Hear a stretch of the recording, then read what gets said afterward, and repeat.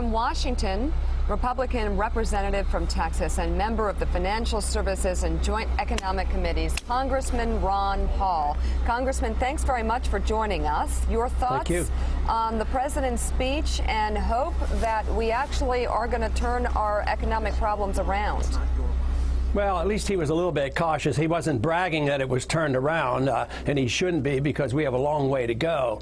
He suggests that the answer will be easy credit to make sure people get some low-interest loans.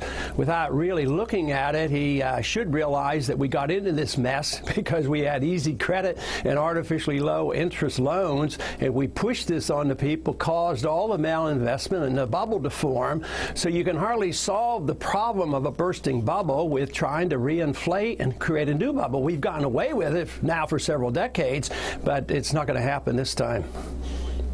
Okay, but how do we not recreate a new bubble? How do we not find ourselves in this situation? Let's just stop right here. No, I can't. But okay. I can read lips. And, you know, Ron, I'm having a problem with my IFB, but I actually lifted a speech that you made in the Banking Committee on September 10th, 2003. I remember that date because your words were so dramatic. Ron, you said, while everybody else was saying, oh, if we don't help people out through these loans with Fannie and Freddie, then we're just horrible people. We hate poor people. You said, and you predicted, you said, if we continue to inflate this bubble this way, the housing crisis is going to cause an explosion, and there's going to be damage worldwide. What did you know, Ron Paul, in 2003 that nobody else on the Banking Committee or in the United States Congress or in the media know? What did you know? Well, I think it reflects an understanding of economics. I didn't know anything special other than the fact that I have studied Austrian economics, and their understanding of the business cycle comes from the Federal Reserve, the creation of credit. And we've been working with Keynesian economics since the Depression, and we've had perpetual bubbles and recessions and ups and downs and inflation.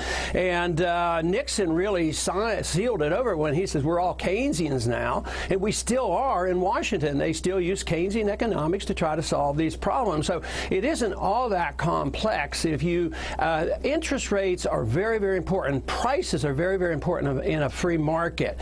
And when you distort prices, like when wage and price controls, everything sees up. Nothing can happen. But when a Federal Reserve comes in and fixes the prices of interest rates, you deceive the savers and the spenders and the investors. People believe that there's been a lot of savings and interest rates are very low, and that wasn't the case. We weren't saving a penny. We were giving low interest rates because we were creating money out of thin air, and that's why I keep coming back to the Federal Reserve. It was the policies of the Federal Reserve that created this, and we shouldn't have been surprised at all that we eventually had this tremendous financial crisis.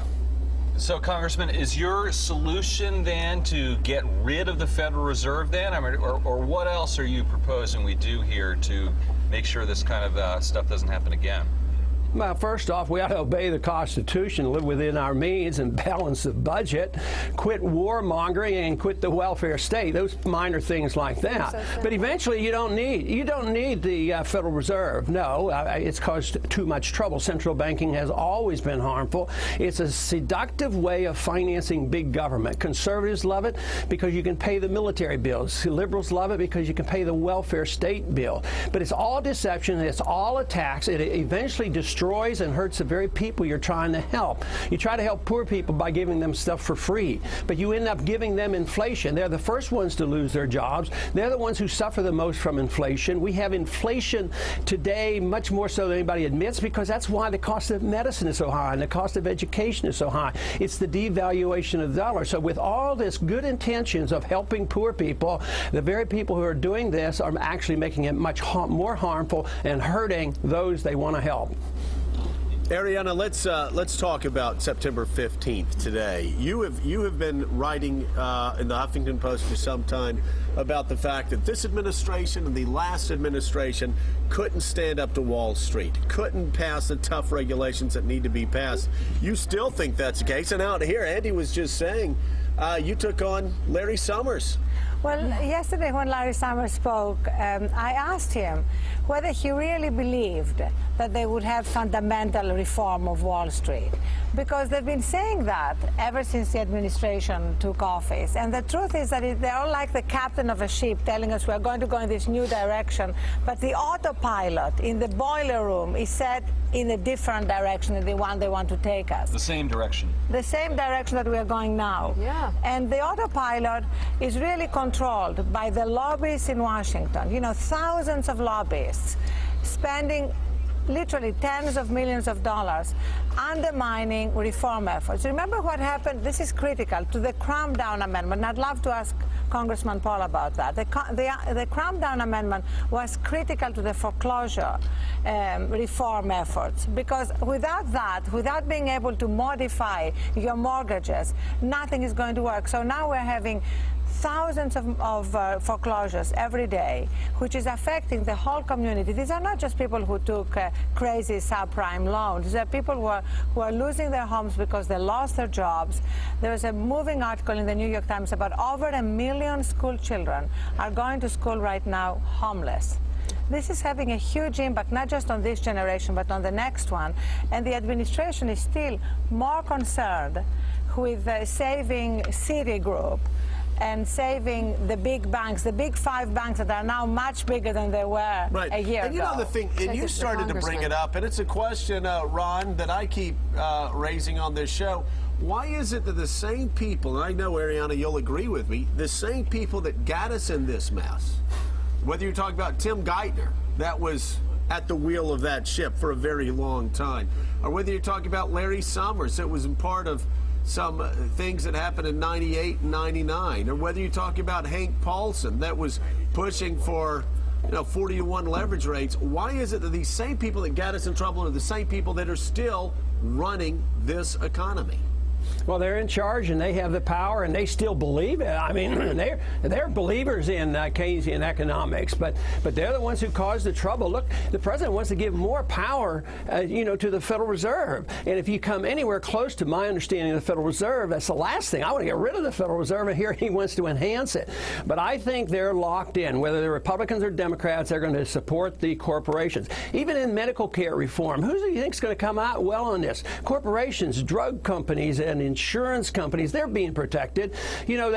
Some conservatives accuse Obama of wanting socialized medicine. I don't think so. I think he wants to perpetuate corporatism, whether it's in the financial markets or whether it's in medical care or whatever. So I just think that the difficulty is the transition. How do you go from where we need to go without hurting people? And quite frankly, you can't do it. People are going to be hurt one way or the other. I just want to minimize the pain, and I just don't want to put the pain on the taxpayer. You would agree with Ron Paul in that corporations are getting, you believe, a free ride off of this administration as well as the last. Well, I would also agree with Congressman Paul that this is not capitalism. This is not free enterprise capitalism. This is not capitalism at all. This is definitely not capitalism. This is really oligopoly. Yeah. And that's why we have 92 smaller regional banks that have failed, 92 banks. But the 5 big banks are bigger than ever. Their profits are growing. Their toxic assets are still on the books. That's what I want us to discuss. Congressman Paul, how come a year later, after the bailout, which was supposed to get rid of the toxic assets are still there and still a potential time bomb for another economic meltdown? And Ron, we're up against a hard break, so give us a 30-second answer. Well, because they haven't solved the problem. Some of the toxic assets are now owned by the taxpayers. That's one thing. But this is my argument. They won't get rid of them. You have to liquidate it. You should allow the correction to occur in 1 year and get all those bad assets out of the way. The fact that they're propping them up means that we're working very hard to perpetuate this problem and turn it into the second Great Depression, if it's not as bad, but much worse if we continue to do what we're doing by not allowing those toxic assets to be liquidated. Absolutely right. Congressman Ron Paul. He was right before. We're going to continue this conversation on the radio. You'll be our guest. It's 10 a.m. to noon Eastern Time on WABCRadio.com. Congressman Ron Paul. Thank you. The book is called The End of the Fed. Thank you so much for being our guest on Morning Joe. We'll talk to you on the radio. Ariana Huffington. Stay with us if you can. Up next, Acorn under fire amid an undercover camera scandal. Details next from MSNBC's Norah O'Donnell. And disgraced Illinois Governor Rod Blagojevich joins us, and he's looking